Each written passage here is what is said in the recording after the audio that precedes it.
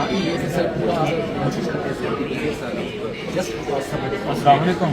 Just because सिर्फ वो करके ले लो मैं एयरपोर्ट के अंदर ही हूँ। स्कूटी का क्राइटेरिया जी डिस्ट्रिक्ट से आया है और सर तुसां पहले खुद ये गल की थी कि ਤੁਹਾਡੀ ਇਮੀਗ੍ਰੇਸ਼ਨ ਪਹਿਲੇ ਕਲੀਅਰ ਹੋਏਗੀ ਵੇਟਿੰਗ ਏਰੀਆ 'ਚ ਜਾ ਕੇ ਤੁਸੀਂ ਪੈਸੇ ट्रांसफर करने हैं, लेकिन उस तो पहले तुसां उस दे बावजूद पहले कहा कि 45,000 सेंड कर वो कीता तुसीं, उस तो बाद फिर कह रहे 55,000 और सेंड कर।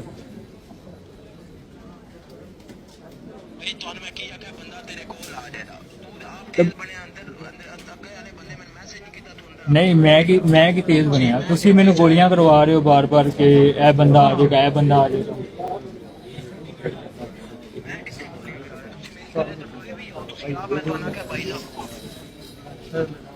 अगर ऐसे दोबारा आप बात करें दिए